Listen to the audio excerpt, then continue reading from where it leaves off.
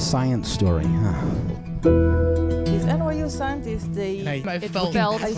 But I was so And I just thought, well, I had figured it out It was that golden moment. because science was on my side.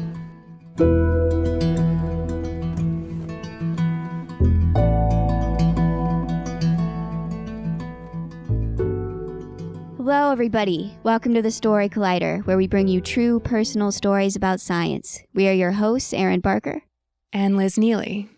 For the first time in years, the Story Collider did not air a new episode last Friday. We also postponed the live show that would normally have occurred. Our mission is to tell stories about science, but we can't do that outside of the context of anti-Black and systemic racism.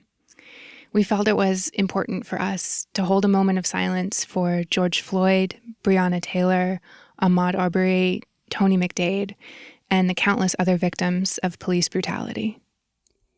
In the meantime, we decided to focus on elevating Black voices on our social media channels. You can find the playlist that we put together in the notes for this episode.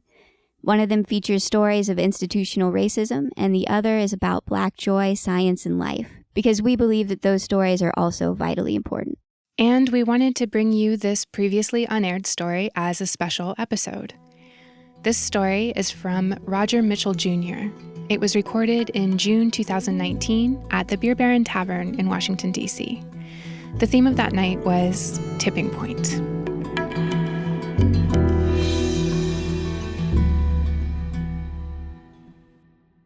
I remember when I was a third-year medical student in New Jersey, in Newark, New Jersey, and I was on call for an emergency medicine rotation. And when I was there, anytime you're on call as a medical student, you feel like a real physician. And so we started at 9 p.m. and we would go to 9 a.m. And it was a Friday night, and it wasn't that busy. And so we were excited that it wasn't busy. So about 12 midnight, we all went to bed, and about 2 in the morning, the pagers went off.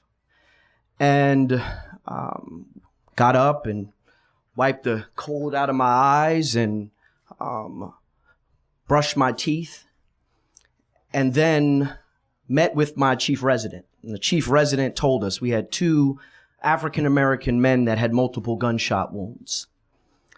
But this was an opportunity to work with our chief surgeon. And so we were to learn about these cases. And so we went down, and you've all been to an emergency room before. It's set up in these bays with these curtains, and you could see that there was some work happening behind the curtains, and they opened the curtain up.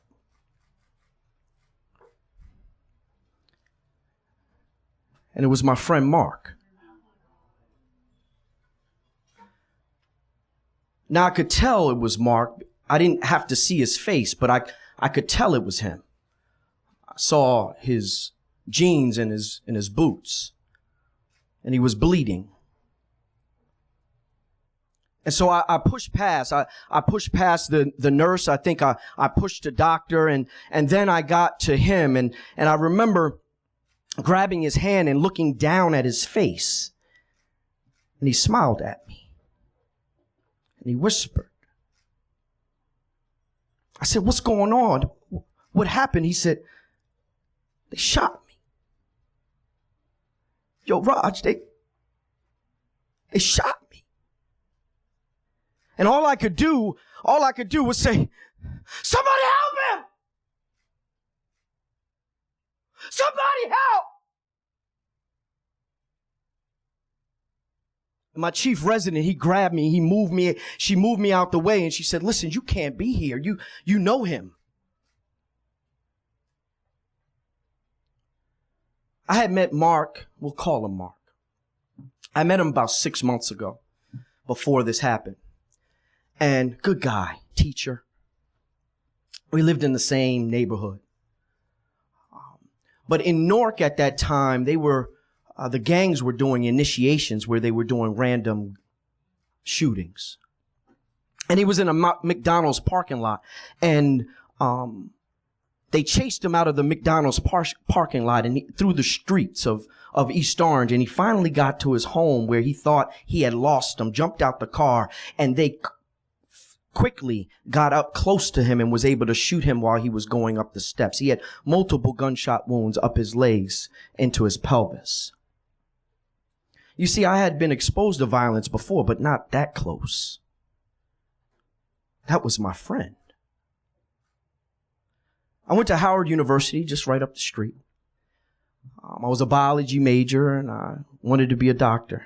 My grandfather was a physician, one of the first black physicians in New Jersey in the 1930s. I wanted to be like him. And so I decided I didn't want to go to medical school anymore. During my junior year, I got exposed to forensic science through the O.J. Simpson trial. I think people old enough to remember that one. O.J. Simpson trial made forensics on the front news. And right then I knew I wanted to be a forensic scientist, so I was able to become a forensic scientist for the FBI. I was the first black man in FBI laboratories in 1997. And during that time, I got exposed to these stories of violence. Story after story on the evidence of violent crime. It could have been a rainbow bright panties that I was looking for semen on, or a gun that was used in an armed robbery that I would look for blood on. And these were the violent stories that I would hear on a regular basis. So while I was there, I made the decision that I didn't want to stay a forensic scientist. I wanted to go to medical school to study violence as a public health issue. And the best way I thought to do it is to become a forensic pathologist so that I could understand violence as a public health issue. So let me tell you, this was not the first time I was exposed to violence. But let me tell you, Mark, he changed my life. A couple years before Mark got shot, I was a first-year medical student. It was 1999. In 1999, I was a first year. It was February, and I came home in between my studies. If anybody, a physician or been a medical student, you know you don't get much time to do anything. Eat and sleep and study, especially that first year. And so in between, I came home and made something to eat. I lived in this big brownstone in Newark, New Jersey. I had a family, friend. I had the whole second floor. I was balling. And so I like to watch the news while I ate. Breaking news, 23-year-old unarmed black man gets shot and killed by NYPD. Wait, I was 23 years old. You may remember the story. His name is Amadou Diallo. Amadou Diallo was an African immigrant. He was a street hustler, street peddler. Little CDs, little games he sold on the street, and he was on his way home, and when New York Police Department was following him, he fit the description. So when he got home, they said, "Hey, listen, freeze, put your hands up, let me see your identification." So he grabbed for his wallet to show him his wallet. He was shot at 42 times, hit 19. He had entrance wounds in the soles of his feet. He was laying on his back when he got shot. Amadou Diallo and Mark exemplified what that type of violence that black men see in their communities, interpersonal violence and police-sponsored violence. And so I've been a medical examiner in New York City and Houston, Texas, and Newark, New Jersey, and Jersey City, and now I'm the chief medical examiner of the nation's capital. And I've written multiple journal articles on the epidemic of African American violence in community, and just wrote a piece on deaths in custody. A tipping point. Somehow I feel it's not enough. Somehow I feel that I need to be doing more. It's not enough to just count bodies. See, I've been a faithful man all my life.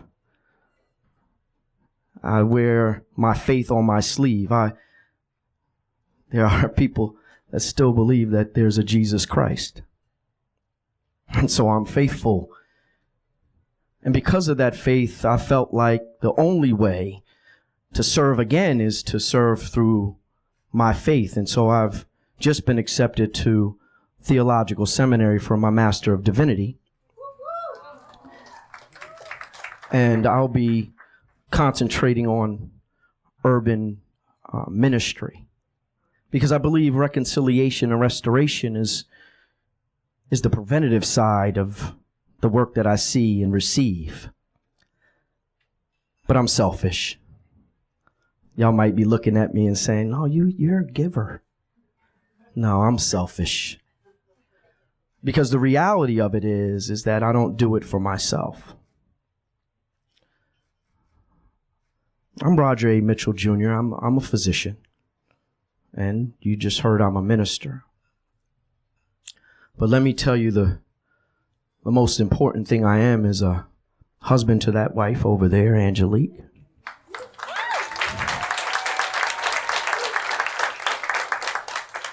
And a father to that son, Nathaniel. And a father to his sister, Nina, and his brother, Matthew. Thank you so much.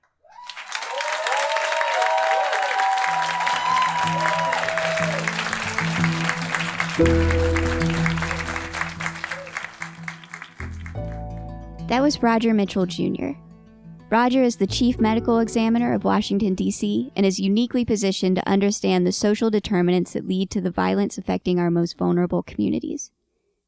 He has a great interest in violence as a public health issue. He is board certified in anatomic and forensic pathology by the American Board of Pathology, and is also a licensed minister, serving as a mentor in his local community. He often shares how drugs and violence have shaped his own life. He is a husband to his wife of 17 years and a father to his 3 children. Thank you so much, Roger. Our online live shows and podcasts will resume this week. You can check out both this Friday at storycollider.org. In the meantime, you can follow us on social media to hear more stories like Roger's, as well as stories about Black joy, science, and life. We are so grateful to Roger and to everyone who has trusted us with their stories. The Story Collider is also grateful for the support of Science Sandbox, a Simons Foundation initiative dedicated to engaging everyone with the process of science.